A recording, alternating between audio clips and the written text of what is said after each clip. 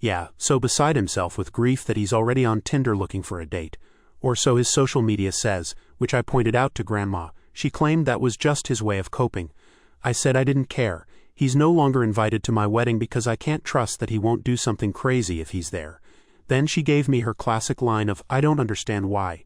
That's what she always says when I won't do something for my brother after he'd screwed me over. For example, I once gave my brother a loan back when he was still doing online college. He didn't want to repay it despite promising he would. Even after getting a good job, he hemmed and hawed about it when I wanted him to pay me back. He had the money, he just didn't want to give it up.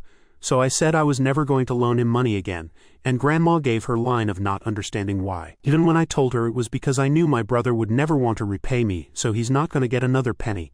Her response was to say she still doesn't understand. So just hearing her say that about the issue of my brother being banned from my wedding made me lose it. I yelled at her that she does understand. She just acts like she doesn't because she doesn't want to. She's always been on my brother's side no matter what he did, and because of that she's no longer invited to my wedding either. And I don't care if she cries, because I'm just plain done with her. She made her bed with the side she chose. Now she can live with it. Of course she exploded in tears, crying like a sad whale, and called me a bad grandson. I said she was a bad grandma for thinking I'm the bad grandson when she always believed my brother's lies and played favorites.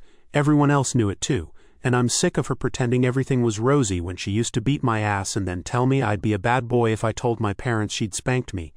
I then told her not to call me again unless it was to admit the truth and give me a genuine apology, and then I ended the call. It went right back to radio silent from her. I also preemptively told my parents about what happened, and their response was that they don't care I yelled at her anymore, because she's never going to stop siding with my brother no matter what. My parents are actually doing so much better since my brother moved out. They've got 2 rooms ready to rent out and on the market waiting for a tenant.